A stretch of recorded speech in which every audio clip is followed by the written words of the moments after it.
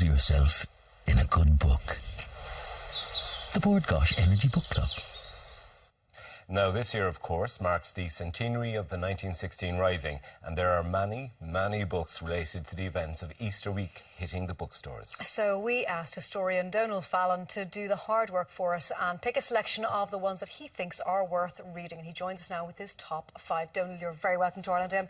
That's a bit of a tough task, actually, because there are a plethora of books, especially this year, new books published. There must be thousands of books out there about the Rising. They are falling from the sky, you know, and you could joke we've managed to produce 1,916 books in the last couple of weeks alone. But you've whittled down your top 5 for us. I have. I've managed to select just 5 that I think are must-reads. OK, the first one is by John Gibney. It's a history of the Easter Rising in 50 objects. Tell us about this. I'm very interested in contrasting the centenary with the Golden Jubilee 50 years ago.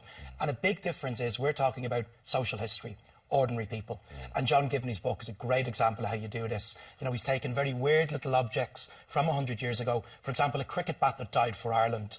This was a cricket bat in the window of Elvery Sports Shop. The looters are running amok during the Rising, and this cricket bat took a bullet through the window. He's included that. He has a hat belonging to Sean Healy, a young 14-year-old volunteer who dies in the Rising.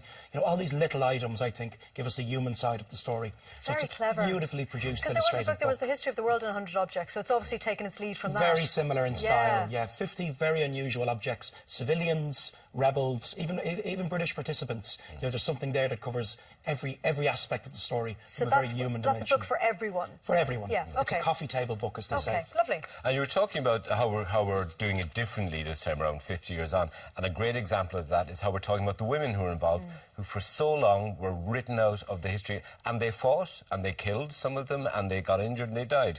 And Liz Gillis and Mary McAuliffe, we were there, 77 women of the Easter Rising. Now, I'm really looking forward to reading this, but what do you think yourself? There are almost no monuments to women in Dublin. The few monuments that there are to fictional women, like Molly Malone. Yeah. And yet Markievicz has 3 monuments in a very small area.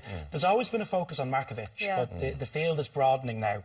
And what's great about this is it's primarily female historians that are putting the focus onto women in the Rising. And Liz and Mary have done a fantastic book here. 77 women were interned in Richmond Barracks after the Rising. And there's big names there, like Markievicz, but there's people that have fallen through the cracks of history as well. A great character, Kathleen Lynn, later set up a children's hospital. Yes. Margaret Skinner, you know, a school teacher. Yes, amazing woman, yes. Wounded school in the Rising. teacher and a sniper. A sniper. Yeah, amazing woman. There's 2 careers. I've met a few of them in my time, believe me. But, Winnie Kearney from Belfast. She lives in the Falls Road in Belfast. She's James Connolly's secretary. They call her the typist with the Webley. She walks into the GPO with a typewriter and a Webley revolver. She's in there too. So great stories in that book. OK, the third book you've chosen for us, Donal, is The GPO Garrison Easter Week 1916, a biographical dictionary by Jimmy Wren. What is this? You know, you could host the entire Olympic Games in the GPO because apparently we managed to fit everyone's granddad in there 100 years ago. Who was actually in the GPO? Jimmy Wren has answered that question. Historians always said about 400 people. He's given us a larger list, about 570, but he names them all. He's an artist as well, little sketches of many of them. It's incredible to see who was there. Tony Macapaltis, there's a name nobody knows. Tony Macapaltis, a Finn. He's a sailor. He's in Dublin when the Rising breaks out, sympathetic with the cause of the rebels. He says, Russia, big country, eats Finland.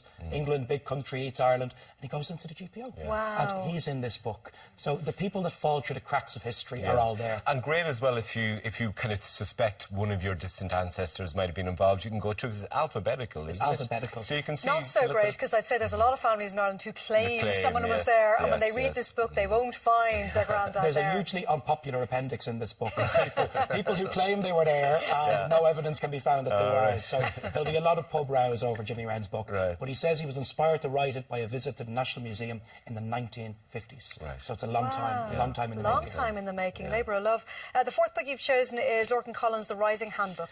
No one has done more, I think, to popularise the Rising than Lorcan Collins. I would agree. He set up the 1916 walking tour in 1996, 20 years ago, and he has been really on about nothing but the 1916 Rising since 1996. He was responsible for the 16 Live series of biographies on the leaders of the Rising. But this is a great book because, again, it will bust many myths and it will end many rows. You know, he goes through the Rising looking at, you know, what weapons did the volunteers have? Children at the moment, school children, they know this thing. inside out. Yes. And the questions that they're asking parents are so detailed. We were just having that discussion. I think this generation of children will be better educated in relation to the Rising than we were, or maybe even our parents Yes. were. And it's wonderful to see. They know more about the Rising than Pierce at this stage. And they're so passionate about Yeah. it as well. They really are, and they're getting into the history. They're getting into the history in a way that almost in the way that some kids are mad about dinosaurs. They're really into the details and all the technical stuff. But the about that. questions, you know, what rifles were the volunteers using? Yeah. Where did they print the proclamation? What paper was it printed on? How many people were interned after the Rising? All of those questions are answered in Lorcan's book. Okay. Well, tell us about Blood on the Rose. That's the final book you're after picking up. For young children in particular, I think these are great books, these graphic novels. An uneducated person like myself might call them comic books. Right. They are not graphic comic novels. novels. Dylan. They're As graphic an novels. adult who reads graphic novels, they're graphic novels. We've actually featured this, and we asked some children to review it for us, and they raved about it. They loved it. Jerry's work is fantastic. Yeah. He was an architect right into the second half of the 80s, and then he went into the business of these graphic novels, and he's done great ones on the Lockout, the War of Independence, right into the modern Troubles as well.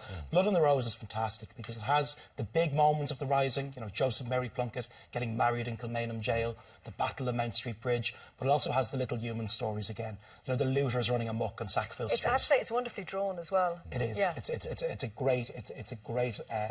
a great sign of what can be done through that medium, and I hope we'll see more like it in the years ahead. Donald, thank you very much for Thank you, coming in Donald. this morning. Very enlightening altogether. Much appreciated.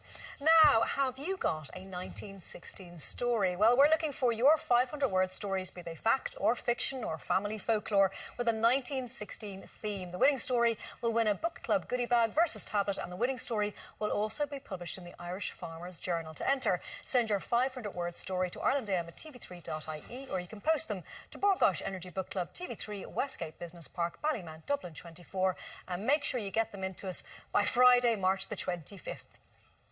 Lose yourself in a good book. The Borgosh Energy Book Club.